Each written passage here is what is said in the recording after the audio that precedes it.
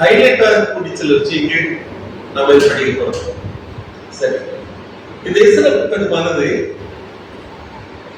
கிறிஸ்துக்கு முன்னதாக 4-5 அந்த நூற்றாண்டுகளிலே எழுதப்பட்ட ஒரு புத்தகமாக சொல்லப்பட்டது. அதாவது 400-500 அந்த சமயங்களில்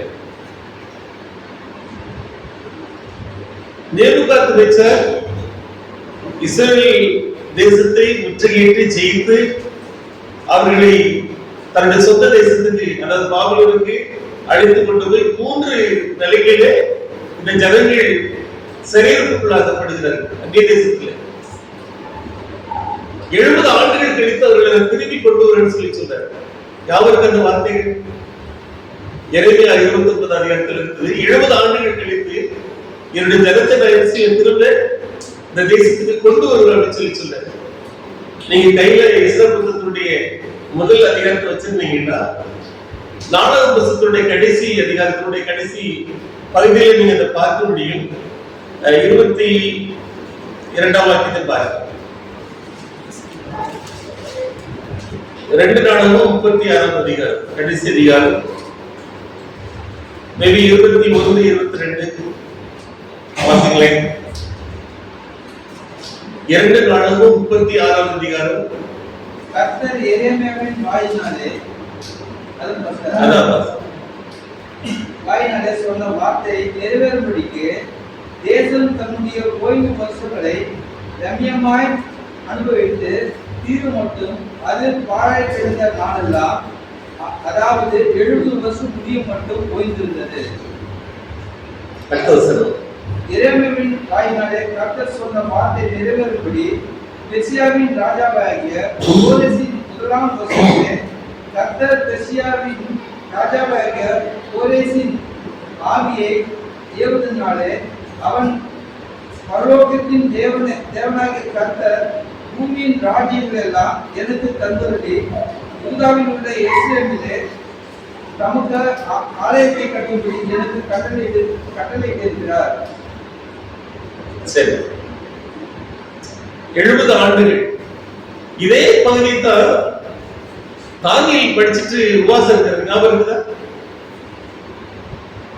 70 ஆண்டுகள் நிறைவேற போகிறது. ஆண்டவரே, உம்முடைய தீர்க்கதரிசி மூலமா சொல்லப்பட்ட நாட்கள் நிறைவேறுகிற சமயத்திலே உம்முடைய ஜனங்களுக்கு இறங்கி செய்யுங்க, அவங்களுக்கு விடுதலை கொடுங்க, சொந்த தேசத்துக்கு திரும்பி செல்லும்படியாக உதவி செய்யுன்னு சொல்லி அவர் ஜெபம் பண்ணுகிறத நீங்க தானியேல் புத்தகத்துல படிச்சிருப்பீங்க. இந்த 70 ஆண்டுகள் நிறைவேறி 3 கட்டமா இவங்க இஸ்ரேல் தேசத்துக்கு போறாங்க. முதல்ல புறப்பட்டு போறவங்க செருபாபேல் சொல்லக்கூடிய ஒரு தேவதாசன் மூலமாக கொண்டு செல்லப்படுறாங்க. அதன் பிறகு எஸ்ரா மூலமாக கொண்டு செல்லப்படுறாங்க. அதன் பிறகு நெகேமியா மூலமாக கொண்டு செல்லப்படுறாங்க. 3 பேரை தேவன் பயன்படுத்தினார். எஸ்ரா, நெகேமியா, செருபாபேல், எஸ்ரா மற்றும் நெகேமியா. அதுல எஸ்ரா 2வது நபரா வர போகிற சமயத்துல கிட்டத்தட்ட எருசலேம் ஆலயம் கட்டி முடிக்கப்படுகிறதான ஒரு தருணம். நெகேமியா போகும்போது எருசலேம் ஆலயம் கட்டி முடிக்கப்பட்டாயிற்று. அலங்கங்கள் கட்டப்படக்கூடிய அந்த வேலைக்காக நெகேமியா உள்ள போறாரு. செருபாபேல் ஆலயத்தை கட்டுறாரு, நெகேமியா ஆலயத்தை கட்டுறாரு. எஸ்ரா என்ன செய்தார் தெரியுமா? தேவ ஜனத்தை, அதாவது இஸ்ரேல் ஜனத்தை தேவனுடைய பிரமாணத்துக்குள்ளாய் கொண்டு வர. தேவ ஜனம் என்று சொன்னால் தேவனுடைய வார்த்தையின்படி, தேவனுடைய பிரமாணத்தின்படி வாழக்கூடிய ஜனங்களாக மாறலாம் தேவ ஜனம் இல்லையா? அந்த நிலைக்கு அவர்களை ஆவிக்குரிய ரீதியில தேவனுடைய மக்களாக உறுதிப்படுத்துகிற பொது வேலையை எஸ்ரா செய்கிறார். அது ஒரு பெரிய பணிக்கு எஸ்ரா தேவனால் அழைக்கப்பட்டார். இது இஸ்ராயலுக்கு சிறப்பு பெயர்கள் உண்டு. யூத மார்க்கத்தினுடைய தந்தை அப்படின்னு சொல்லி, the father of Judaism. இன்னொரு பேரு the second Moses, 2வது மோசே. இதுக்கு என்ன காரணம்னு சொல்லிடுறேன். மோசே என்கிற தேவதாசன் எப்படி ஆரம்ப நாட்களிலே இஸ்ரேல் ஜனத்திற்கு தேவனுடைய பிரமாணத்தை எல்லாம் சொல்லிக் கொடுத்து தேவ ஜனங்களை வழிநடத்தக்கூடிய பெரிய பொறுப்பிலே அவர் செயல்பட்டிருந்தாரோ, அதே ஒரு காரியத்தை எல்லா அலைச்சல்கள் சரியிருப்புகள் எல்லாம் முடிந்த பிறகு இந்த ஜனங்கள் அவருடைய சொந்த தேசத்துக்கு திரும்பி வந்த போது அவர்களை பிரமாணத்துக்குள்ளான மக்களாக நிலைநிறுத்துகிற உபதேசத்தை கொடுத்து அதிலே அவர்களை உறுதிப்படுத்துகிற வேலை செய்தவர் இந்த இஸ்ரா. அதனாலதான் இதுக்கு செகண்ட் மோசஸ் என்று சொல்வாங்க. அதோடு கூட இந்த காலகட்டத்தில் 3 கட்டங்களாக இந்த ஜனங்கள் எருசலேமுக்கு திரும்பி வந்தது சொல்லலாம்னா செகண்ட் எக்ஸோடஸ் சொல்லுவாங்க. இரண்டாவது விடுதலை பயணம். முதலாவது விடுதலை பயணம் எகிப்திலிருந்து புறப்பட்டு வந்தது. அதே போல இது இரண்டாவது விடுதலை பயணம். அதை தலைமைச்சு நடத்தினவர் எஸ்ரா என்று சொல்லக்கூடிய ஒரு பேர் அவருக்கு உண்டு. இந்த இஸ்ரா புத்தகத்தை எழுதினவர் அவர். 1 நாடகமும் 2 நாடகமும் அதனுடைய ஆசிரியர் இந்த இஸ்ரா தான். நெகேமியா புத்தகத்தினுடைய கணிசமான பகுதியை எழுதக்கூடிய ஒரு பெருங்கருத்தையும் இவர் செய்திருக்கிறார். பல்வேறு சுவாரஸ்யமான காரியம் உண்டு. என்னன்னு சொன்னால், மல்கியா புத்தகம் இவர் எழுதியிருக்க கொண்டு ஒருவேளை இவர்தான் மல்கியாவோ என்றெல்லாம் ஒரு பேச்சு உண்டு. அதுபோல 119 சங்கீதம் இருக்கு இல்லையா? 119 சங்கீதம் எதை பற்றி சொல்லுது? பிரமாணத்தை பற்றி சொல்லுது. கர்த்தருடைய வேதத்தின்படி நடக்கிற உத்தம மார்க்கத்தான் பாக்கியவான்கள் ஆரம்பிக்கும். வேதம் வேதம் என்று சொல்லுகிற அந்த வார்த்தைகள் எல்லாமே பிரமாணத்தை சொல்லுகிற வார்த்தைகள் தான். ஆங்கிலத்தில் லான்னு சொல்லுவாங்க.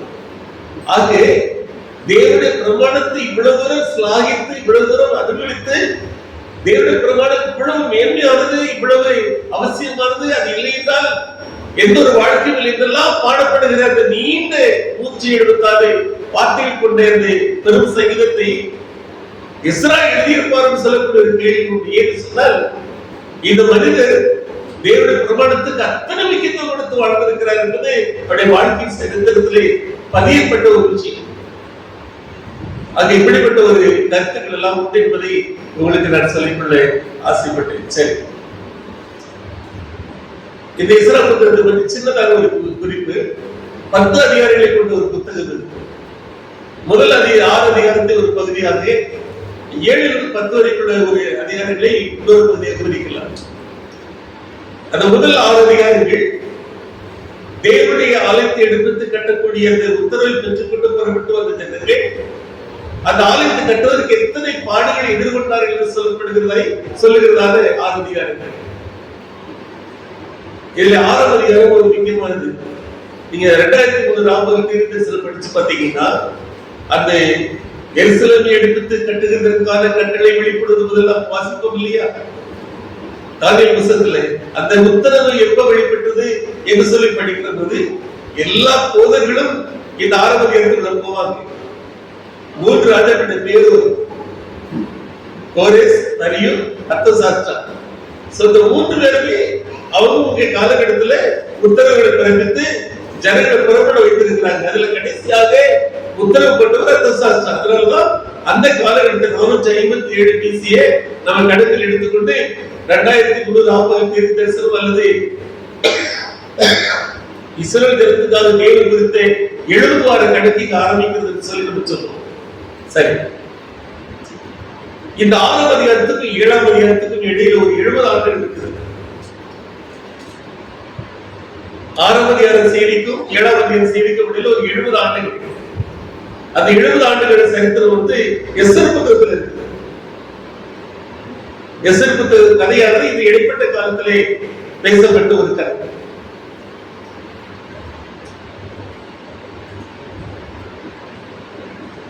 எஸ்ரா, நெகேமியா, ஆகாய், சகரியா, பிறகு மல்கியா சமகாலத்துக்கு பேசி. சரி, நாம் வீராக 7ஆம் அதிகாரத்துக்கு போகலாம். இஸ்ரா 7ஆம் அதிகாரம். எனக்கு தகவல் எடுத்துக்கிட்டதாக நம்ம வரக்கூடிய வாய்ப்பு இருக்கு. முதல் மற்ற அதிகாரங்களோட பகுதியிலும் தியானிக்கலாம். இவர் யார்? 7ஆம் அதிகாரத்திலே 6ஆம் வாக்கியம். இந்த எஸ்ரா இஸ்ரவேலின் தேவனாகிய கர்த்தர் அருளிய மோசேயின் நியாயப்பிரமாணங்களை தேறின வேத பார்த்தனாய் இருந்தான். அவனுடைய தேவனாகிய கர்த்தருடைய கரம் அவன் மேல் இருந்ததினால் அவன் கேட்டவைகள் எல்லாம் ராஜா அவனுக்கு கொடுத்தான். சரி, 1 வசனத்தினுடைய கடைசி பதிவு படிச்சு பாத்தீங்கன்னா, இந்த எஸ்ரா செரையா அசரியாவின் குமாரன், இவன் இல்கியாவின் குமாரன் சொல்லக்கூடிய வரிசையில 5வது வசனத்துக்கு வந்தீங்கன்னா ஆரோனின் குமாரன் வரும். ஆரோனின் வழி வந்த ஒரு ஆசிரியர், ஆரோனின் சந்ததி. அதே போல வேதப்பாரகர் சொன்னா வேதத்தை கற்று தேர்ந்து போதிக்கக்கூடியவர்கள் தான் வேதப்பாரகர்கள். வேதப்பாரகர்கள் ஆண்களுடைய காலத்துல 2 வகையை சொல்லப்பட்டாங்க. யாரும் சொல்லுது பார்ப்போம். வேதப்பாரகர்கள் ஆண்களுடைய காலத்துல 2 விதமா சொல்லப்பட்டாங்க, 2 பிரிவா, பரிசேயர், சதுசேயர். எங்க மத்தியில இருந்த ஒரு முக்கியமான ஒரு வித்தியாசம் என்னன்னா, சதுசேயர் உயிர்த்தெழுதல் இல்லைன்னு சொன்னவங்க. பவுல் பரிசேயர் என்று சொல்லுகிறார். யாருக்கு தான் உங்களுக்கு படிச்சதெல்லாம் சரி. ஆரோனின் வம்சவழியில் ஒரு ஆசிரியர் வேதத்தை கற்று தேர்ந்து உபதேசம் பண்ணக்கூடியதான ஒரு வேதம் பாருங்க. இது மட்டுமத்த புத்தகத்தையும் 3 வார்த்தைகளில் சுருக்கி சொல்லலாம். Return, rebuild and repent. திரும்பி வருதல், திரும்ப எடுத்து கட்டுதல், மனம் திரும்புதல். இந்த 3 வார்த்தைகளில் உள்ள அடிக்கலாம். இந்த ஒட்டுமொத்த 10 அதிகாரங்களை கொண்ட இந்த புத்தகத்தினுடைய மைய ஒரு கீ டெக்ஸ்ட், ஒரு முக்கியமான வசனம் என்று சொல்வதால் 7-10 சொல்லலாம். எடுத்து வாசி. 7-10. ஆராயவும் அதன்படி செய்யவும் இஸ்ரவேலிலே கட்டளைகளையும் நீதி நியாயங்களையும் உபதேசிக்கவும் எஸ்ரா தன் இருதயத்தை பக்குவப்படுத்தி உள்ளார். சரி, சுருக்கமா போகணுன்ற நிலையில நான் ஒரு விஷயத்தை சொல்ல விரும்புறேன். இந்த எஸ்ராங்கிற அந்த பேர்ல பேர் எடுத்துட்டு உங்க பேரை போட்டு வாசிக்க பார்ப்போம். எஸ்ராங்கிற பேரை எடுத்துட்டு உங்க பேரை போட்டு அந்த வசனத்தை வாசிக்க. 7-10.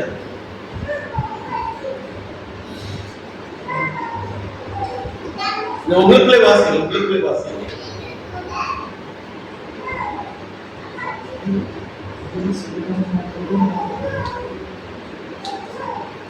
கர்த்தருடைய வேதத்தை ஆராயவும் அதன்படி செய்யவும் இஸ்ரவேலிலே கட்டளைகளையும் நீதி நியாயங்களை உபதேசிக்கவும்.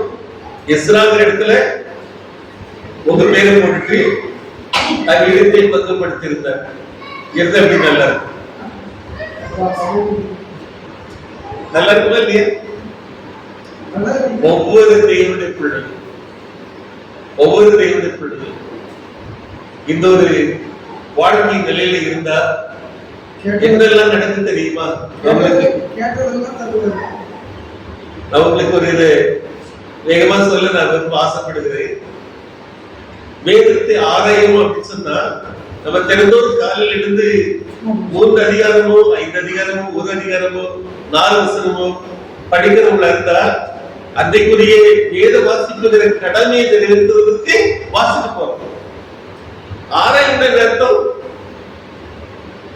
நேரம் கிடைக்கிற போது இந்த டீ பார்க்க நேரத்தை ஆஃப் பண்ணிட்டு ஊர்ல சுத்திட்டு இருக்கிற நேரத்துல குறைச்சிக்கிட்டு இப்ப நம்ம ஃப்ரீயாதான இருக்கிறோம், பைபிள் எடுத்து படிப்போம் அப்படின்னு சொல்லி உட்கார்ந்து இந்த வசனம் என்ன சொல்லுது, ஆண்டவரே இந்த வசனத்தை விளக்கி தாருங்க, பாஸ்டர் எனக்கு இந்த வசனம் புரியல, இந்த வசனத்தை பற்றி எனக்கு என்ன சொன்னாங்க, இப்படியெல்லாம் யோசனை பண்ணி பார்த்து இந்த வசனத்தோட அர்த்தம் இப்படி இருக்குதா அப்படின்னு சொல்லி பார்த்துட்டு நம்முடைய வாழ்க்கைக்கும் அந்த வசனத்தையும் ஒப்பிட்டு பார்த்து நாம என்ன விதத்துல சரியா இருக்கிறோம் அல்லது குறைபாடா இருக்கிறோம்னு சொல்லி யோசனை பண்ணி ஆண்டுக்கு ஒப்பு கொடுக்கிற இந்த வாழ்க்கை நிலையை யோசனை பண்ணி பாருங்க.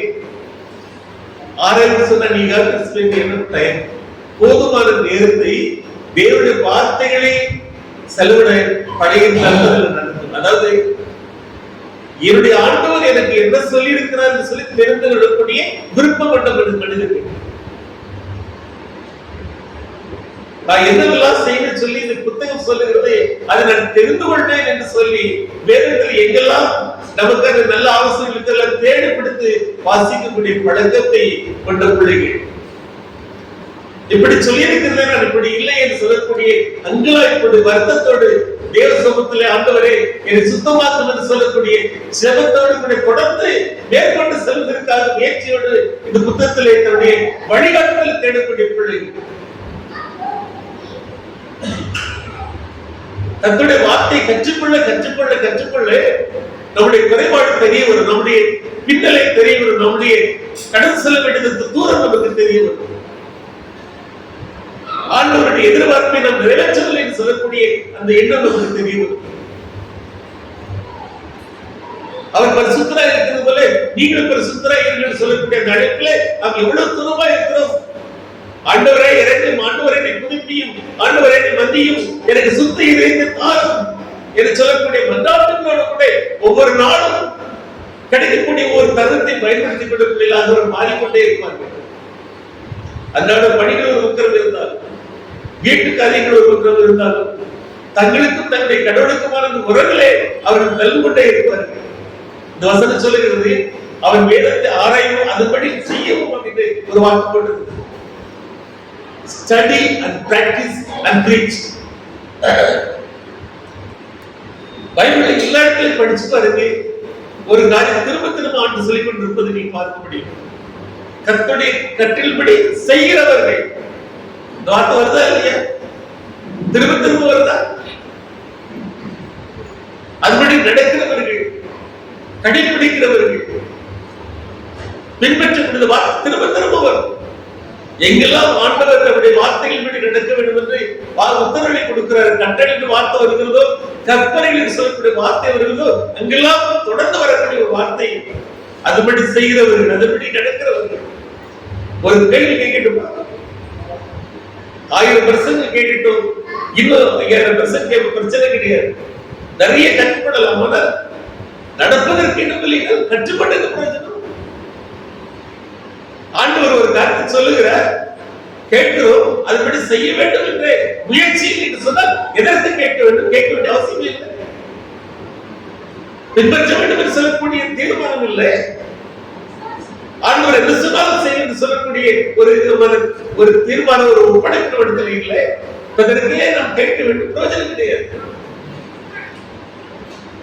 முடியாமல் இருக்கிறது என்று சொல்லி ஒரு காரணத்தை சொல்லலாம், முயற்சி பண்ண சொல்லக்கூடிய ஒரு காரணம் சொல்லப்பதால் அதே காலமெல்லாம் சொல்லிக் கொண்டிருக்கக்கூடிய நிலையும் இருக்கக்கூடாது. ஏன் இந்த வார்த்தை நான் பொழுது அடுத்து சொல்லுகிற என்பதை சற்று நேரத்தில் நீங்க புரிஞ்சுக்குவீங்க.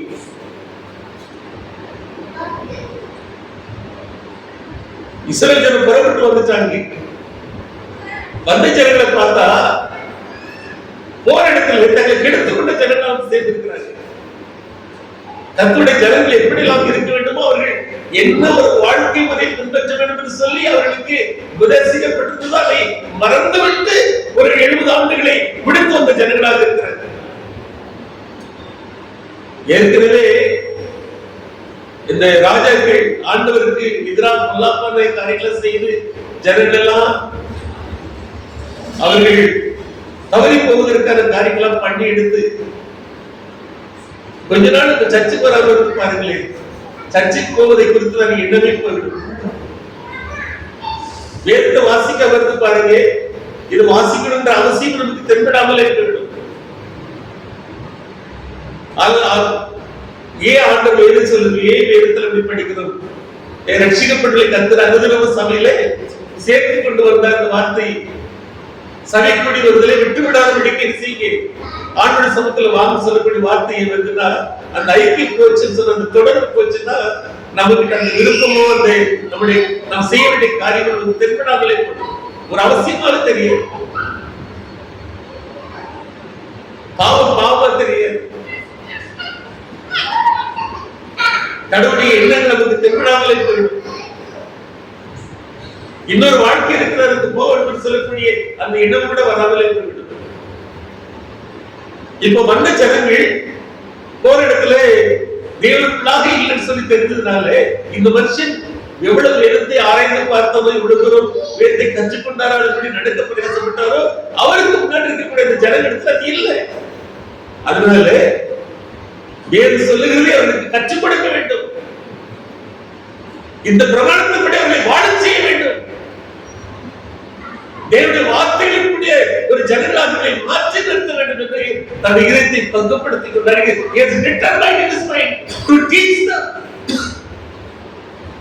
அவர்களுக்கு இதை கண்டிப்பாக உபதேசிக்க வேண்டும் என்று சொல்லி அவர் தீர்மானித்திருந்தார் என்று சொல்லுகிறது. ஒரு விஷயத்தை சொல்லி கடந்து வருகிறேன். இந்த வசனத்தை எனக்கு அன்பான தேவ பிள்ளைகளே, 1ஆம் சங்கீதம் உங்களுக்கு ஞாபகம் இருக்கிறதா? ஒரு 2 வசனத்தை சொல்லுங்க பாப்பா. 6 வார்த்தைகள். 1ஆம் சங்கீதம்.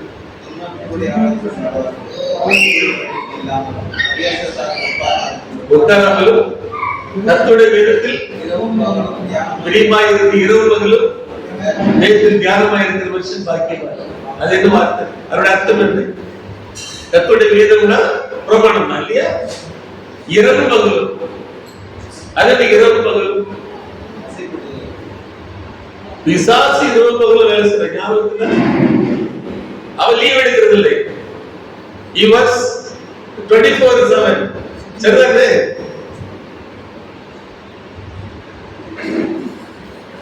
இரவிலே கூட நாம் சந்திக்கப்படும் பிசாசுகளை எந்த நேரம் என்று கிடையாது. நம்மை காத்துக்கொள்ள வேண்டும் என்று சொன்னால் இந்த வார்த்தைகளுக்கு இருக்கணும். தங்களுடைய வார்த்தை இதயத்தில் வைத்து வைத்தேன் சொன்னார் இல்லையா? அவருடைய வசனத்தின்படி நான் இடத்தில் சொன்னார், நான் துன்மார்க்கோடு போயிருப்பேன் சொன்னார் இல்லையா? பாலினம் தன் வழியை எதனால் சுத்தம் பண்ணுவார்? தங்களுடைய வசனத்தின்படி தன்னை காத்துக் கொள்ளுகிறார் தானே. தங்களுடைய வார்த்தை இருந்தா தேவனுக்கு அதற்கு, அதாவது தேவனுக்கு எதிரான காரியங்களுக்குள்ள போவாத இந்த வார்த்தைகளை தடுத்து தேவனுடைய வார்த்தைகளுக்கு வல்லமை உண்டு. ஆவியானவர் நினைப்பட்டவும் ஆவியானவர் அதை நமக்கு வலியுறுத்தவும் நம்மோடு கூட இடைப்படுகிற போது கர்த்தருடைய வார்த்தைகள் எத்தனை பலனாக என்பதை நம்முடைய உள்ளங்கள் உணர்கிற போது நம்ம தெரியுமா போக மாட்டோம். When we give value to God's word, இது தேவனுடைய வார்த்தை என்று சொல்லக்கூடிய அந்த ஒரு மகத்துவத்தை, அந்த ஒரு கனத்தை நாம் கொடுக்கிற சமயத்தில் it is from the Lord. This counsel is from the Lord. இந்த ஆலோசனை தேவ சமூகத்திலிருந்து எனக்கு வந்தது. இது ஆண்டவர் சொன்ன வார்த்தை. அதாவது நம்மத்தில சிலருடைய வார்த்தையை நம்ம அலட்சியப்படுத்துவோம், சிலருடைய வார்த்தையை கேட்டுக்குவோம், சிலருடைய வார்த்தையை நம்ம அவசியம் செய்யாமல் சொல்லி நடக்கும். அப்படிப்பட்ட கருத்துக்கு கிளாஸ்ல வச்சிருப்போம். ஐயோ அவங்க சொல்லிட்டாங்க, மாமா சொல்லிட்டாங்க, அம்மா சொல்லிட்டாங்க, அப்பா சொல்லிட்டாங்க கேட்டா அவங்களை நம்ம முக்கியமான கருத்துக்கிறபடினாலே அவருடைய வார்த்தைகளை நம்ம தட்டிவிடக் கூடாது, அவருடைய வார்த்தை நடக்க வேண்டும் என்ற எண்ணம் பதிந்திருக்கிறபடினாலே அவங்க சொன்னா கேட்போம். இவ யார் சொன்னாலும் கேட்க மாட்டான், அவங்க அப்பா சொன்ன கேட்பன்னு சொல்றாங்க இல்லையா? அப்ப மற்ற எல்லா உறவுகளை காட்டிலும் இருக்க அந்த அப்பாவுடைய உறவு பெருசா இருக்கிற போல இந்த ஆலோசனை கடவுள் சொன்னது, என்னை படைத்தவர் சொன்னது, என்னை ரட்சிக்க விரும்புகிறவர் சொன்னது, என்னை மீட்டெடுக்க காத்திருப்பவர் சொன்னது, என் ஆண்டவர் சொன்னது என்று சொல்லக்கூடிய விதமாய் இந்த சிந்தைகளிலே கர்த்தருடைய வார்த்தைக்கான அந்த மேன்மை இருக்குமானால் ஒரு சின்ன வார்த்தை கூட கடந்து போக மாட்டோம், அலட்சியப்படுத்திட்டு போக மாட்டோம், கண்டிக்காம போக மாட்டோம். ஒரு விஷயத்தை பாவம் என்று பேர் சொல்லுகிறது, ஆனால் பரவாயில்லை அப்படின்னு சொல்லக்கூடிய சிந்தை வருது இல்லையா? அப்படிப்பட்டவருடைய மனசுல தேவன் பெரியவராக, தேவன் வார்த்தை ஒரு முக்கியமானதாக இல்லைன்னா we minimize தன்னுடைய வார்த்தைக்கு அந்த முக்கியத்துவத்தை கொடுக்காம குறைத்து மதிப்பிடுகிற உங்களை நம்ம எடுத்துக்கிறோம். ஆகிய ஜனங்களை உறுதிப்படுத்துவதற்கான ஒரு கருத்தை செய்தபடினாலே, உபதேசித்தபடினாலே இவர்களுக்கு ஒரு விஷயத்தை தெரிய வருது. நான் நிறைய விஷயங்களுக்கு கடந்து போயிட்டு இருக்கேன், சொல்லிக் கொடுக்காமலே கடந்து முறை அதுக்குள்ளே கவனம் செலுத்தலாம்.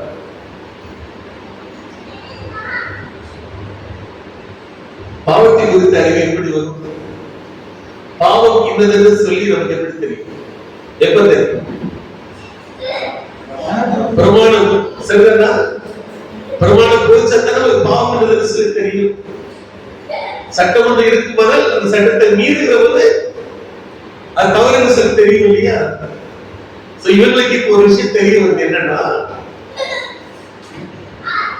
அந்த தேசத்துல போய் பாபிலோன்ல போய் இருந்த போது ஆண்டவர் என்ன சொல்லியிருந்தார், அங்கே அந்நிய தேசத்துல இருக்கிற போது அந்த தேசத்தினுடைய குமார்த்திகளை உடைய குமார்களுக்கு பெண் கொள்ளாமலும் உன்னுடைய குமார்த்திகளை அவர்களுக்கு நிச்சயமே பெண் கொள்ளாமல் இருந்து உங்களை காத்துக் கொள்ளுங்கள். இந்த வார்த்தை ஆண்டு சொன்னதுக்கு காரணம் அந்த பெண்கள் எல்லாம் வெறுக்கே அப்படி சொல்லுங்க, அவர்கள் இங்கே பின்பற்ற ஆரம்பிச்சிருந்தீங்க. அந்நிய தேவர்களை பின்பற்றக்கூடிய விதமா அவருடைய விடத்தை கொண்டு விடுவாங்க. நீங்க என்ன விட்டு விலகி விடுவீங்க என்று சொல்லக்கூடிய அந்த எச்சரிக்கை அந்த வார்த்தை வந்து சொல்லியிருந்தார். இப்ப இதற்கு மீறிட்டாங்க. சாலமோனை பற்றி நமக்கு தெரியும் இல்லையா? அநேக பெண்களை சேர்த்துக் கொண்டதுனாலே அவர்களுடைய இதயத்தை வழிவிலக பண்ணினார்கள். உத்தரவு போட்டிருக்குது. மற்றவர்களோடு கூட நம்முடைய உறவை பார்த்து வச்சுக்கணும். ரொம்ப இடத்துல உள்ள விட்டு சொன்னா நம்முடைய நம்பிக்கைகளே நாம் தப்பிதமா நினைக்கும் அளவுக்கு மனுஷத்திலே வேற யாருக்கும் அந்நிய உலகத்திலே அந்நிய நம்பிக்கையிலே அந்நிய தெய்வ நம்பிக்கையிலே உலகத்தினுடைய காரியத்திலே ஈடுபாடு அதிகமாய் காட்டுறதுலே நம்முடைய உறவை பார்த்து வச்சுக்கணும். யாரை நிறுத்த வர வேண்டும் என்று சொல்றது. அதாக நாம் பாதிக்கப்படாதபடிக்கு, நாம் கெட்டு போய்விடாதபடிக்கு நாம் கவனமா இருக்கணும். இதுல முக்கியமா அந்நிய உறவு, அதாவது மனைவியோ கணவனோ இந்த வேதத்தின்படியாக வாழ்க்கையை தெரிவிக்காத அந்நிய தெய்வத்தை வழிபாடு செய்யக்கூடிய வேறு விதமான பழக்க வழக்குகளை கொண்டதான வாழ்க்கை தொழில்களுடைய வாழ்க்கையில் வந்தா அவருடைய இன்ஃபுளுன்ஸ் இல்லையா, அவருடைய செல்வாக்கு நம்மை தேவதச்சொல்லாக மாற்றி விடுவதற்கோ அல்லது ஆண்டவர்கிட்ட விலகி போவதற்கு செய்து விடுவதற்கு வாய்ப்புண்டு ஆண்டு எச்சரித்திருந்தால் அது இங்கே மீறப்பட்டிருப்பது தெரிய வருகிறது. இதை வந்து இஸ்ராயேல் கிட்ட சொல்றாங்க. என்ன நடக்குது பாருங்க. 9வது அதிகாரம்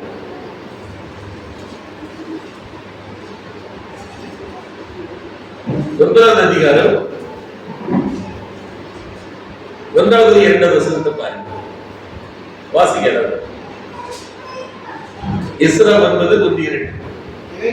இவைகள் செய்து முடித்த பின்பு பிரபுக்கள் என்னிடத்தில் சேர்ந்து இஸ்ரவேல் ஜனங்களுக்கும் ஆசாரியருக்கும் லேவியருக்கும் ஆகிய இவர்கள் கானானியர், ஏத்தியர், பெர்சியர், எபூசியர், அம்மோனியர், மோவாபியர், எகிப்தியர், அம்மோனியர் என்னும் இந்த தேசத்தின் ஜனங்களுக்குள் அவருடைய அலுவலருக்குள் விலகி இருக்கவில்லை. எப்படி என்றால் அவருடைய குமார்த்திகளாலே தங்களுக்கும் தங்கள் குமார்த்திகளுக்கும் பெண்களை கொண்டார்கள். இப்படியே பரிசுத்த வித்து தேசத்தின் ஜனங்களோட கலந்து போயிடுச்சு. என்ன பண்ணிருக்குது? போன இடத்துல அந்நிய உறவுகளை பிரவேசித்து விட்டாங்க. பரிசுத்த வித்து கலந்து போயிடுச்சு சொல்லி சொல்றாங்க. இது என்ன பெரிய தப்பு சொல்லுது? இன்னொரு தேசத்துல போய் குடியிருக்கணும், எல்லா ஜனங்களும் நம்ம கூட இருக்கிறாங்க. ஏற்ற வீட்டு பிள்ளை மேல நம்ம வீட்டு பையன் பிரியப்படுறாங்க. என்ன விதத்துல தப்புன்னு சொல்லிட முடியும்? 2 பேரும் ஒன்னா ஒரு இடத்துல வேலை செய்யறாங்க. அவங்க அந்த மாதிரி ஜனம் நம்ம வெளியிட்டு வந்தவங்க போன இடத்துல பழகுறாங்க, கல்யாணம் பண்றக்கூடிய சபை நடந்துச்சு. இப்ப நம்முடைய இந்த நாட்களின் நிலைகளிலே இப்படிப்பட்ட ஒரு விஷயம் நடந்திருக்கு போது அது பெருசா இல்லை. பிள்ளைகள் விருப்பப்பட்டுட்டாங்க அப்படின்னு சொல்றோம். நான் இதுக்குள்ளெல்லாம் போக விரும்பல. இப்படிப்பட்ட திருமணங்கள் நடந்ததெல்லாம் நான் சொல்ல விரும்பல. சொல்ல விரும்புகிற ஒரு சின்ன செய்தி என்னன்னு சொன்னா, தேவன் சொன்னது மீறப்பட்டது. அவ்வளவுதான். செய்யாதே அப்படின்னு சொல்லி இருந்ததே போற இடத்துல ஜனங்கள் செய்திட்டாங்க. இதுதான் குற்றச்சாட்டு. என்ன வகையில் அப்படின்னு நான் சொல்ல விரும்பல. ஆண்டவர் போற இடத்துல உன்னை காத்துக்கொள், இப்படி செய்யாதே போற இடத்துல செய்திட்டாங்க. இந்த செய்தி இப்ப இஸ்ராயேல்கிட்ட வருது. இந்த செய்தி கேட்டதும் அந்த மனுஷனுடைய ரியாக்ஷனை பாருங்க. அடுத்த வருஷம் 3வது வருஷம் யாராவது சத்தமா வாசிங்க.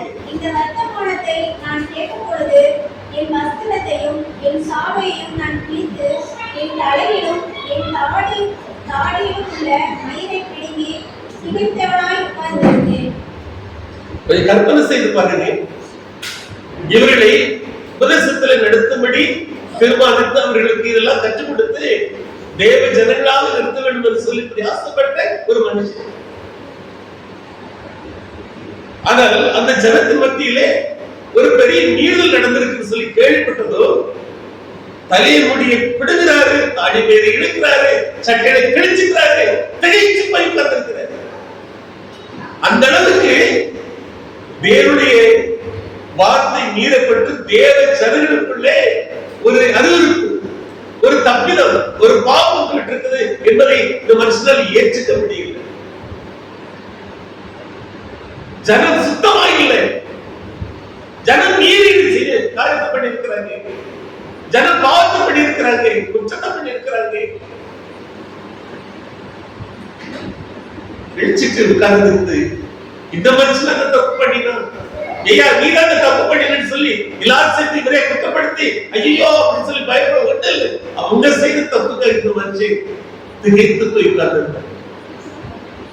நான் ஏது வார்த்தைகள் சொல்ல தெரியுமா? பாவத்தை அவருக்கு எதிராக செய்யப்பட்ட ஒரு விஷயமா பார்த்தேன்னு சொன்னா நமக்கு இந்த பயம் வரும். Anything that is done against God, தேவனுக்கு எதிராக செய்யப்பட்ட எந்த ஒரு காரியமானாலும் சரி, செய்யாத செய்திருக்கிறேன், செய்யாம விட்டிருக்கிறேன் என்று சொல்லக்கூடிய எந்த காரியமானாலும் சரி தெய்வத்துக்கு எதிரானது என்று யோசித்து பார்த்தோம்னா நமக்கு இந்த திகைப்பு வரும், இந்த வலி வரும், இந்த வேதனை வரும், இந்த சங்கடம் வரும். அவருக்கு எதிரானது என்று சொல்லி நினைக்க தவறுகிற பட்சத்திலே நமக்கு ஒன்றுமே தெரியாது. ஆண்டவர் வார்த்தை எவ்வளவு தூரம் மனுஷன் கனப்படுத்தி இருந்தால் தேவனுடைய பிரமாணத்தின்படி வாழ வேண்டும் என்பது அவசியம் என்பதை மனுஷன் உணர்ந்தவராக இருந்திருந்தார். தான் அனைத்துள்ள ஜனங்கள் மத்தியிலே தேவனுடைய பிரமாணம் சரியாக பின்பற்றப்பட வேண்டும் என்று சொல்லக்கூடியதிலே உறுதியாக இருந்திருந்தார். ஒரு சின்ன விஷயத்தை இந்த மனுஷனால் ஏற்றுக்கொள்ள முடியாத அளவுக்கு இவர் திரைத்து போயிருப்பார் என்பதை பார்க்க மாட்டார். அன்பான தேவனுடைய பிள்ளைகளுக்கு நான் சொல்லிக்கொண்டு கடந்து போக விரும்புகிற ஒரு காரியம், ஓய்வுகள் ஆசிரியப்பார்கள் எதுவா இருக்கட்டும், கர்த்தருடைய வேதத்தில் இது வாசிக்கிறதில்லை. நாம் செய்ய வேண்டாம் செய்ய என்று சொல்லக்கூடிய காரியங்களோடு கூட என்ன விதமான ஆலோசனைகள் சொல்லப்பட்டிருந்தாலும் அதுபடி நடக்க வேண்டும். அது தேவனுடைய சமூகத்தில் சொல்லப்பட்ட ஆலோசனை சொல்லி அதை மேன்மையாக கருதி பின்பற்றுவதற்கு தீவிரமாக இருக்கு. கத்தோலிக்க நான் கூட கூட நடைபெற விரும்புகிறேன். இந்த விஷயங்கள் தெரிய வந்ததும் மன்ன கசந்து அழுது ஜோம் கொண்டார். எஸ்ரா 9 நான் ஏற்கனவே சொல்லியிருக்கிறேன். எஸ்ரா 9, நெகேமியா 9, தானியேல் 9 மன்றாட்டு ஜெபங்கள் வாசிப்பார்கள். பிறருக்காக மன்றாட்டை செய்ய வேண்டும் என்று சொன்னால் அது எப்படிப்பட்ட ஜெபமாக இருக்க வேண்டும் என்று இதை நீங்க கற்றுக்கொள்ளலாம். 3 அதிகாரங்கள் எஸ்ரா 9, நெகேமியா 9, தானியேல் 9 படிச்சு பாருங்க. இந்த மனுஷன் பலமுறை எல்லா சூழ்நிலைகளும் மத்தியிலே ஒரு கொஞ்சம் பேரை மிச்சமா வச்சிருப்பீங்க. அந்த மீதமான பேர் நாங்க வந்திருக்கிற இடத்துல நாங்க கெட்டு போறவர்களா வந்திருக்கிறோம், குற்றவாளிகளாக இருக்கிறோம். இந்த ஜனத்தை குறித்து நீங்க என்ன நினைப்பீங்க ஆண்டவரே சொல்லி புலம்பிச்சுக்கிறேன். 10வது அதிகாரம் 1வது வாசகம். எஸ்ரா இப்படி விண்ணப்பம் பண்ணி அறிக்கையிட்டு அழுது தேவனுடைய ஆலயத்துக்கு முன்பாக தாழ விழுந்து கிடக்கையில் இஸ்ரவேலின் புருஷரும் ஸ்திரீகளும் பிள்ளைகளுமான மகா பெரிய சபை அவரிடத்தில் வந்து கூடிற்று. ஜனங்கள் மிகவும் அழுதார்கள். கற்பனை செய்து பாருங்க, ஆசிரியர் இவர்களுக்கு வேதத்தை வரிசைத்து அவருடைய வேத பாருங்க, மண்டலத்துக்கு முன்னாடி இவருக்கு சட்டை கிழிச்சுக்கிட்டு தலைமை இழுத்து கிழித்தவனாக பிடிக்கிறவனாக கீழே விழுந்து அழுது கிடக்கு. அந்த காட்சியை பார்த்துட்டு ஐயோ நம்ம ஆசிரியர், நம்முடைய பாஸ்டர், நம்முடைய ஊழியக்காரர் இப்படி கிடக்கிறேன்னு சொல்லிட்டு ஒருத்தர் செய்தி கேட்டு எல்லாரும் ஜனங்கள் தேடி வந்து நிற்கிறாங்க. அந்த மனுஷனுடைய நிலை பார்த்துட்டு ஒட்டுமொத்த சபையும் சேர்ந்து அழுது சொல்லுங்க.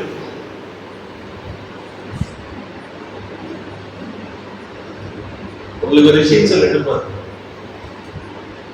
போன இடத்துல அந்நிய பெண்களை திருமணம் செய்து கொண்டு அல்லது அந்நிய குமாரர்களுக்கு தன்னுடைய பிள்ளைகளை திருமணம் செய்து கொடுத்து இந்த தவறு செய்த எத்தனை பேர் தெரியுமா? 10வது அதிகாரத்துல 44 வசனம் இருக்குது. அது 27 வசனத்துல அந்த 27 110 பேர் வராங்க. இங்க கூடியிருக்கிற ஜனத்தில் தெரியுமா? 30,000 பேர். 30,000 பேர் இங்கே 110 பேர் இங்க நாட்டிலும் ஒரு சதவீதத்துக்கு குறைவான ஜனங்கள் செய்த இந்த தவறுக்காக ஒட்டுமொத்த சபையும் அழுதை சொன்னால் இதுக்கு அர்த்தம் செய்து பாருங்க. அவங்க எந்த விதமா இந்த விஷயத்தை எதிர்கொண்டாங்கன்னு சொல்லி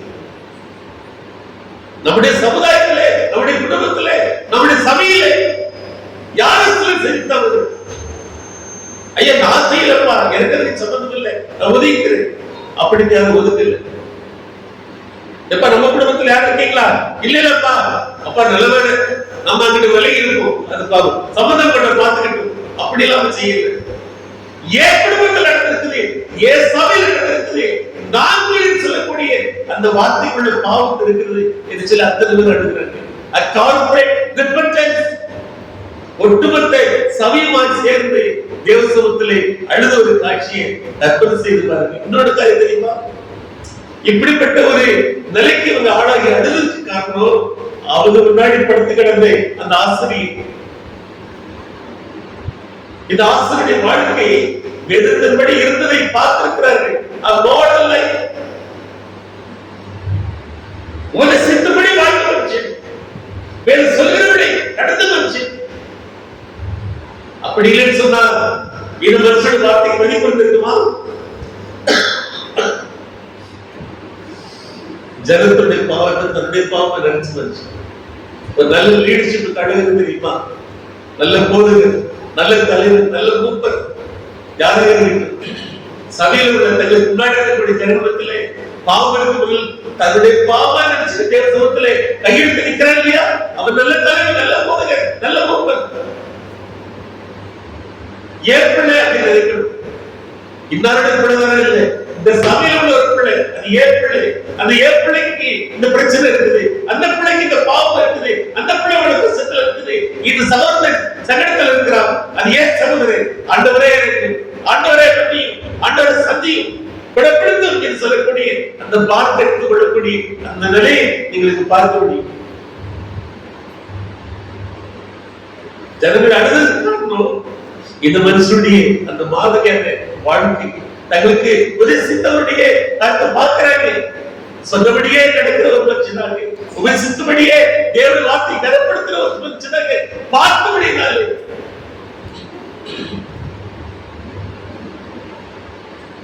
நம்முடைய போதர்களை நீங்க யாரும் குறைவா நீங்க நினைக்கணும் அப்படின்னு சொல்ல வரல. அப்படி நினைக்கவும் முடியாது. அந்த காலத்து மனிதர்களை போல அல்லது நாம் எதிர்பார்க்கிறது மாதிரி எல்லாம் இல்லாமல் சரி, அவருடைய நிலையினங்கள் மத்தியிலே நமக்காக வேலை செய்திருக்காங்க. போராட்டத்தோடு கூட அந்த ஊழியத்தை செய்ய வந்திருக்காங்களே, நீங்க ஜபத்திலே ஆர்வங்கே கனப்படுத்துங்க. அவர்கள் தங்களால் ஆடப்பட்டது உழைத்து செய்யும்படி பிரயாசப்படுவாங்க. இது ஒரு இருக்கட்டும். அவர்கள் ஒரு ஆதங்கத்தோடு இந்த புத்தகத்தை வாசித்த நிலையில் நானும் ஆசைப்பட்டவனாக, நானும் எதிர்பார்த்தவனாக, நான் என்னுடைய நிலையை உணர்ந்தவனாக நினைத்து பார்க்கிறேன். இப்படிப்பட்ட தலைமை பண்புள்ள ஊழியக்காரர்கள் இப்படிப்பட்ட ஒரு மாதிரியான வாழ்க்கையை வாழ்க்கை காண்பிக்கக்கூடிய மக்கள் தன்னுடைய ஜனத்தின் பாவத்துக்காக தன்னுடைய பாவமாக நினைத்துக் கொண்டு தேவ சமூகத்திலே அழக்கூடிய கண்ணீரோடக்கூடிய மனிதர்கள் இருப்பார் சொன்னார். எத்தனை நல்லா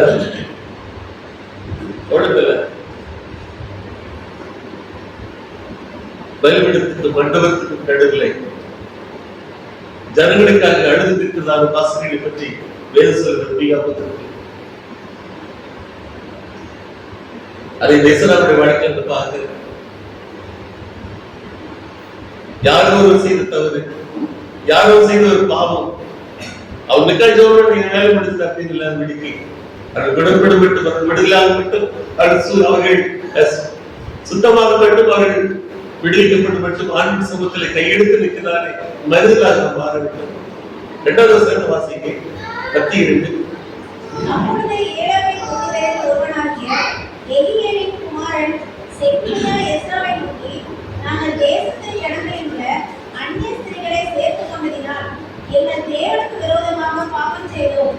ஆகிலும் இப்பொழுது இந்த காரியத்திலே இன்னும் இஸ்ரவேலுக்காக நம்பிக்கை உண்டு. சரி, செக்கனியா இந்த மனுஷன் தான் ஒருத்தர் தட்டி எடுக்கிறாரு. இப்ப பேசிட ஆரம்பிச்சது. இந்த மனுஷன் எல்லாரும் திகைச்சு போயிருக்கிறாங்க. மனுஷன் அழுதுட்டு இருக்கிறான், எல்லாரும் சேர்ந்து அழுகிறாங்க. அடுத்து என்ன செய்யணும் தெரியல. இந்த மனுஷன் உண்மையா தேவனுக்கு விரோதமா நாங்க பாவம், we have been unfaithful to God. தேவனுக்கு விரோதமாக நாங்கள் பாவம் செய்தோம். இந்த நான்குங்கிற வார்த்தை முக்கியமான வார்த்தை. we have sinned. நாங்கள் பாவம் செய்தோம். இந்த மனுஷனுடைய பேர் கிடையாது. அந்த 27 வசனத்துல இவருடைய குடும்பமோ இவருடைய பேர் கிடையாது. இந்த மனுஷன் பாவம் செய்திருக்கல. இந்த மனுஷன் அந்நிய பெண்ணை திருமணம் செய்து அவருடைய குடும்பத்துல நடக்கல. ஆனா நான்குன்ற வார்த்தை பயன்படுத்துற பாருங்க. சபைக்கு தேவை, ஒவ்வொரு திருச்சிகளுக்கும் தேவை, ஒரு குடும்பத்துல தேவை. வீட்டுல ஒரு பிள்ளை தவறு செஞ்சா ஒட்டுமொத்த குடும்பம் சேர்ந்து தேவசமத்துல அவர் குணப்படுதலுக்காக அந்த பாவம் அந்த வீட்டை விட்டு நீங்க வேண்டும் என்று சொல்லி ஜெயித்திருக்கணும். சபையில யாரோ ஒரு பிள்ளை, யாரோ ஒரு மனுஷன் ஒரு கலையத்துல ஒரு குறைபாடுல இருக்கிறார், அது குற்றமா தென்படுதா விவாதிச்சு அது குறித்து கண்டனம் பண்ணி அது குறித்து விமர்சனம் பண்ணுகிறது தேவனுக்கு பிடித்தமான காரியங்கள் கிடையாது. அவரை காப்பாற்ற வேண்டும். வெளியிடப்பட்டிருக்கிறவரை குணப்படுத்தபடியாக செய்ய வேண்டிய அன்பின் செயலை செய்யணும். முதலாவது ஜெபம் பண்ணணும். ஆண்டவரே சகோதரனுக்காக இப்படி கையெடுத்து நிற்கிறப்பா, என் சகோதரனுக்காக வந்திருக்கிறேன், அவருடைய பாவம் சொல்லி நான் கேள்விப்படுகிறேன், அவர்களை காப்பாற்றுக்கப்பான்னு சொல்லக்கூடிய இருதயம் இல்லாதவர்கள், அவர் தப்பு சொல்லக்கூடிய வார்த்தை சொல்றதுக்கு தலையற்றவர்கள் யாராக இருந்தாலும் சரி, ஆண்டவரே பிள்ளை காப்பாற்றுங்கள் சொல்லி யாரோ பெற்ற பிள்ளை சகலம் இருக்கிற பிள்ளைக்காக செவிக்கு எண்ணமில்லாதவர்கள், இந்த பிள்ளை சரியில்லைன்னு சொல்லி மன்றத்தில் நின்று கொண்டு பேசுறது தகுதி இல்லாதவர்கள். நம்மள யார் பாவம் என்று சொல்ல முடியும்? எல்லாரும் பாவம் செய்த தேவனுடைய எடுத்து வருவதானே, எல்லாரும் கட்டுண்ட கிடப்போகுதானே, எல்லாரும் ஏதாவது ஒரு சமயத்தில் ஏதாவது சூழ்நிலையில பாவத்துக்கு ஆட்பட்டு வருவதானே. நாங்கள் பாவம் செய்தோம். உங்க உடம்பு வேணும். ஒரு கற்பனை செய்து பாருங்க, ஒரு பிள்ளைக்காக ஒட்டுமொத்த சபை கடவுள் சமூகத்தில் வாசித்து கையெடுத்து ஆண்டவரே சொன்னா அவளுக்கு நல்லா இருக்குல்ல. இந்த அழகான காட்சி கொடுக்குது. தவறு செய்யறது போதெல்லாம் ஒவ்வொரு தேவனுடைய பிள்ளையும் இந்த ஓனர்ஷிப் சொல்ல, அந்த ஓடி நான் பாவம் செய்தேன், நான் தப்பு பண்ணிட்டேன், நான் போய் சொன்ன அடுத்த மேல பணி கொடுக்கூடாது, இதனாலதான் நான் பண்ணிட்டேன், இல்ல நீ பண்ணிட்டேன் ஒத்துக்கணும். ஒருத்தர் மேல காரணம் சொல்றது, அடுத்த மேல குற்றத்தை சொல்லுகிறது, அது தப்பு இல்லைன்னு சொல்லி நினைச்சு பேச முயற்சிக்கலாம் தப்பு. எப்போ தவறா ஆண்டு உணர்த்துறாரு, ஆவியின் உணர்த்துறாரு, பாவத்தை குறித்து உணர்த்த முடியாத தெய்வ ஆவியானவர் நம்முடைய வாழ்க்கையிலே காணப்படக்கூடிய பரலோக விரும்பாத விஷயத்தை நமக்கு தெரியப்படுத்துகிற போது அதை ஏற்றுக்கொண்டு ஆண்டவரே மன்னியும், நான் பாவம் செய்தேன் இந்த வார்த்தை சொல்லி பழகு, ஒத்துக்கணும். Acknowledging that sin is the first step for the true repentance. உண்மையான மறந்திருப்பதற்கு முதல் படியே பாவத்தை ஒத்துக்கொள்ளுதல், ஏற்றுக்கொள்ளுதல். அது பிறகுதான் அடுத்த காரியமா அந்த பாவத்துக்கு அடுத்த விஷயங்களுக்குள்ள போய் மறந்திருப்பதற்குள்ள போக முடியும். இந்த 10ஆம் அதிகாரம் ஒரு அழகான ஒரு அதிகாரம். உண்மையான மறந்திருப்பதில் எப்படி நிகழ வேண்டும் என்று சொல்லிக் கொடுத்துக் கொண்டிருக்கிற ஒரு அதிகாரம். நான் ஒரு 5 நிமிடம் பேசி முடிக்கிற நேரம் ஆயிடுச்சு. இன்னும் 1 மணி நேரம் கூட பேசலாம். அவ்வளவு விஷயங்கள் இந்த மனுஷன் சொல்லாரு, நாங்கள் பாவம் செய்யணும்னு சொல்லிட்டு அந்த வசனத்தோட கடைசி சொல்லாரு, ஆகிலும் இஸ்ரவேலுக்கு நம்பிக்கை உண்டு. இந்த வார்த்தைக்கு என்ன இருக்கு தெரியுமா? மன்னிப்பு கேட்டு போறவங்க தள்ளாத ஒரு தெய்வம் நமக்கு உண்டு. மறந்தவர்களை ஏற்றுக்கொண்டு இரக்கத்தோடு கூட அவரை சேர்த்துக் கொள்ளக்கூடிய தெய்வங்களுக்கு உண்டு. யார் மறந்திருந்தாலும் சரி, தன்னுடைய தவறுக்காக எப்படிப்பட்ட நிலையில வருத்தத்தை தெரிவித்தாலும் சரி, அதை ஏற்றுக்கொண்டு அவரை மன்னிக்கக்கூடிய ஒரு தெய்வம் நமக்கு உண்டு. இந்த பாவம் கட்டாவது சிவப்பா இருந்தால் சொல்லுங்களேன், பெண்காரே மஞ்சை பல மாற்றம் சொல்லக்கூடிய ஒரு தெய்வம் நமக்கு உண்டு. வாழ்க்கை நடிகளும் பாவம் செய்து கொலையும்படியான விதத்திலே சிலையில் தொங்கிய அந்த மனுஷன், ஆண்டவரே என்ன நிலத்தில் சொல்லி கேட்ட மாத்திரத்திலே என்னுடைய ராஜ்யத்தில் அவருக்கு இடம் என்று சொல்லி ஒரு தேவன் நமக்கு இருக்கிறார். எல்லாவற்றையும் பிடுங்கிக் கொண்டு இஷ்டம் போல செலவழித்து தவறான வாழ்க்கையை வாழ்ந்துவிட்டு எல்லாவற்றையும் இழந்து விட்டு திரும்ப வந்து தகப்பனே என்று சொல்லும்போது இந்த பிள்ளை திறமை கிடைத்தோம் சொல்லி கொண்டாடி தேவனுக்கு இருக்கிறார். நம்முடைய தேவனுக்கெல்லாம் ஒரே ஒரு காரியத்தை தேவை, என்னதான் நாம் திருமணத்திலே அவருக்கு பிள்ளைகளாய் போய் சேர வேண்டும் என்ற ஒரு காரியம் அவருக்காக இருக்கிறது. அவருடைய பிள்ளைகளாய் திரும்ப போய் சேர்க்கணும் என்று சொல்லக்கூடிய அந்த ஒன்று காத்த தெய்வம் காத்திருக்கிறார். மனம் திரும்ப யாரையும் மன்னிக்கிற தெய்வம். அவர் மன்னிப்பார், நாம மன்னிக்க மாட்டோம்ல. சில சபைகளில உள்ள பிரச்சனை தெரியுமா? தவறு செஞ்சிருப்பாரு, சபையில ஒழுங்கத்தை இல்லைன்னு சொல்ல வரலால் அதை எப்படி கையாளுன்னு சொல்லி சொல்லுது. 19 அழகா சொல்லி கொடுக்கிறார். அதெல்லாம் பின்பற்றுவது இல்லை. மாறாக அவர் குற்றப்படுத்த ஒரு கண்டனை பண்ணணும், அவர் வெளியேற்று அப்படிங்கிற பாணியில் உட்கார்ந்து கபடி போட்டு பேசுவாங்க. ஆண்டவர் விரும்பாத ஒரு கருத்து. ஒரு சகோதரர் எடுத்து விட்டார் சொன்னால் தூக்கி விடுவதற்கு பதிலாக அவரை வெளியேற்ற நினைக்கிறாரே அந்த கூடத்துக்குள்ள ஆண்டவர் பரவாயில்லை. மறந்திருப்பவர்களை ஏற்றுக்கொள்கிறது ஒன்று. அதன் பிறகு எது நடக்குன்னு சொன்னா மூப்பர்கள் எல்லாம் கொண்டு வராங்க. இதை சரி பண்ணியாகணும். இந்த குற்றம் இருக்கிறது நாங்களும் ஒத்துக்கிறோம், என்ன செய்யலாம்? அப்போ நீங்களே ஒரு முடிவெடுங்க. அவர் எழுந்திருந்து ஒரு ஆலயத்துள்ள ஒரு அறைக்குள்ள போறாரு. அங்க ஒரு வச்சனை பார்க்கிறாரு. இஸ்ரா 10 6 வாசி. ஊழியக்காரன் தான் அப்படிப்பட்டவனா இருந்தாலும் இல்லை. இங்க ஒரு சகோதரன், ஒரு சாதாரண ஒரு விசுவாசி இந்த கூட்டத்தை சேர்ந்து ஒருத்தர் அவன் செய்யறா சாப்பிடாம பட்டினி கிடைக்கிற தேவ சமூகத்துல துக்கத்தோட ஐயோ இப்படிப்பட்ட ஒரு பாவத்தை நம்ம செய்துட்டோம்னு சொல்லி தற்கொலை செய்து பாருங்களேன். எப்படிப்பட்ட ஜனங்களா இவங்க இருந்திருக்காங்க சொல்லி.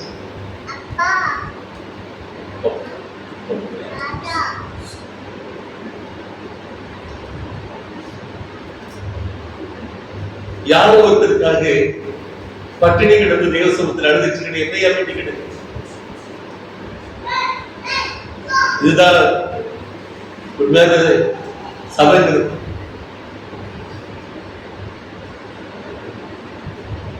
உறவுங்கிறது அன்பன் சொல்றது ஆண்டவருடைய உள்ளம்.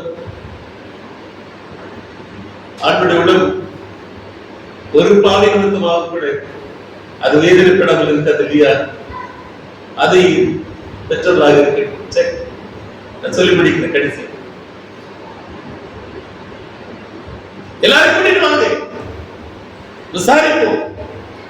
அது யாரா இருந்தாலும் சரி, அவங்க மேல ஐயா நீங்க என்ன சொல்றீங்களோ இந்த நடவடிக்கை எடுக்கலாம். என்ன நடவடிக்கை? கடுமையான நடவடிக்கை. கடுமையான நடவடிக்கை.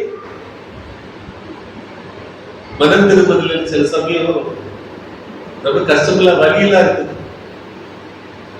It may be painful, it may be costly, it may be uncomfortable. என்ன நடக்குது தெரியுமா? என்ன முடிவெடுத்தாங்க தெரியுமா? யாரெல்லாம் அந்நிய பெண்களே அந்நிய குமாரர்களை திருமணம் செய்து கொண்டு உள்ள வந்து உட்கார்ந்து இருக்காங்களோ அவன் அத்தனை பேரையும் செப்பரேட்டா பிள்ளைகள் பெற்றிருக்கிறாங்க. பரவாயில்லை, விளையை சேர்த்து விளக்கு. தேவனுடைய சபை சுத்தமா இருக்கணும். இந்த பாவத்தை எடுத்துக் கொண்டதுக்கு என்ன செய்யணும்? பாவத்தை இல்லாமல் பண்ணணும். செய்யக்கூடாது சொன்னார், செஞ்சுட்டு வந்தாங்கல்ல, அதுக்கு காட்டும் அந்த விளக்கு. நேசித்து குடும்ப உறவை ஏற்படுத்திக் கொண்டு பிள்ளைகளை பெற்றெடுத்து அவர்களை விட்டு பிரிந்தாக வேண்டும் சொல்லக்கூடிய கடுமையான உத்தரவு கொடுக்கிறார்கள். ஜனங்கள் செய்தார்கள். அப்படியெல்லாம் இன்னைக்கு செய்ய முடியுமா? செய்யுங்க அந்த வார்த்தை சொல்ல நான் உட்கார்ந்து எனக்கு தெரியாது. ஆனால் கடவுளுடைய வார்த்தை மீறப்பட்டிருப்பதை ஒத்துக்கொண்டு அது சரி செய்வதற்கு என்ன செய்யணும்னு சொல்லி அன்றைக்கு அவர்களுக்கு தோன்றுதான் செய்வதற்கு கடுமையான ஒரு காரியமா இருந்தாலும் செய்வதற்கு முன்வந்தார்கள். ஆண்டவருக்கு முன்பாக நிற்பதற்கு தங்களுக்கு தகுதி இல்லை. அதை சரிப்படுத்துவதற்கு என்ன செய்ய வேண்டுமோ அது செய்வதற்கு என்ன விலை கொடுத்தாலும் பரவாயில்லை, ஆண்டவரை கனப்படுத்த வேண்டும், ஆண்டவர் வார்த்தை மேன்மைப்படுத்த வேண்டும் என்று ஒண்ணுதான். சரி, எல்லாரும் வர சொல்லிட்டேன். வந்துட்டாங்க. என்ன தெரியுமா? அடைமழை. 10வது அதிகாரத்துக்கு 3 வார்த்தைகள் சொல்லலாம். Rain, repent and revival. 3 வார்த்தைகள் சொல்லலாம். அடமழை, சரியான மழை பெய்துகிட்டு இருக்குது. குழந்தை, குட்டிகள், வயசானவங்க, பெரியவங்க, வாலிபர்கள் அத்தனை பேர் வந்து ஒரு மண்டபத்துக்கு முன்னாடி நிற்கிறாங்க. பெரும் கூட்டம். எங்களுக்கு யாரு பாவம் செய்தார், யாருக்கு தப்பு செய்தாரே அவங்க விசாரித்து கண்டுபிடித்து தெரிந்து அந்த நிலைக்கு வைக்கக்கூடிய இந்த தேவனுக்கு எதிரான காரியத்தை சரிப்படுத்துவதற்கான காரியத்திற்காக அடைவெளியிலே குளிர்ல நடுங்கிக் கொண்டு அத்தனை பேர் வந்து நிற்கிறாங்க. In order to remove the sin from the camp, சபையிலே சமுதாயத்தில் வந்திருக்கக்கூடிய தேவனுக்கு எதிரான குற்றத்தை சரி செய்திருக்காங்க. எத்தனை தூரம் பிரயாசப்பட்டிருக்காங்க நீங்க யோசனை பாருங்க. அது பிறகு ஒரு யோசனை, லேசர் முடிகிற காரியங்களே ஜனங்கள் எல்லாம் இருக்கிறாங்க. இது உடனே நடக்க முடியாது. அதனால மழை வேலை பெய்யுது. அதுல சிலர் ஏவிங்க அவங்க பொறுப்படுத்த விசாரிக்க 3 மாசம் எடுத்து விசாரிக்கிறாங்க. விசாரித்ததுடைய முடிவில் 110 பேர் கண்டறியப்படுறாங்க. இந்த புத்தகத்தை பற்றி சொல்லுவாங்க. என்ன சொல்லுவாங்கன்னா, ஒரு பாவியுடைய லிஸ்டோட இந்த புத்தகம் முடியுது, தப்பு செஞ்சவனுடைய லிஸ்டோட இந்த புத்தகம் முடியுது. அதாவது வேறு விதமா சொல்ல என்ன தெரியுமா? தப்பு செஞ்சவங்களா மனத்திருக்களுடைய லிஸ்டோட முடியுது. தன்னுடைய தவறுகளை ஒத்துக்கொண்டு 110 பேருடைய பேரோட இந்த புத்தகம் முடிவடைகிறது. ஆண்டவரே இறங்கி என்று சொல்லி தேவ சமூகத்திலே இறக்கத்துக்காக வேண்டிக் கொண்டு ஜனங்களோடு கூட அந்த லிஸ்டோட இந்த புத்தகம் முடிவடைகிறது. தன்னுடைய குடும்பத்தில் விட்டு பிரிந்தால் பரவாயில்லை, ஆண்டவருக்கு எதிரான கருத்தை இவன் செய்ய மாட்டோம், எங்களிடமாக சபையிலே கடந்து இருக்கக்கூடாது, எங்களுடைய செய்கையினாலே சபையில் இருக்கக்கூடிய தேவனுக்கு குற்றம் நீக்கப்படுவதற்கு நாங்கள் என்ன செய்யணுமோ அதை செய்வோம் என்று 110 பேருடைய பெயரோடு கூட இந்த புத்தகம் முடிவடைகிறது.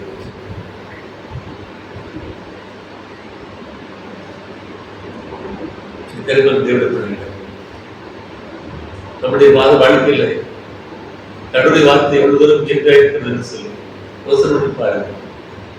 ஆண்டவர் பேசினார் என்று சொல்லி வேதத்தை எடுத்து வாசிக்கிற போதெல்லாம் எவ்வளவோ ஆலோசனைகள், எவ்வளவு காரியங்கள், அதை நடந்து போகிறோமா, அதன்படி நடக்க வேண்டும் சொல்லி தீர்மானிக்கிறோமா, அந்த வாழ்க்கை வாழ வேண்டும் சொல்லி தேவ சமூகத்திலே கொண்டாடுகிறோமா,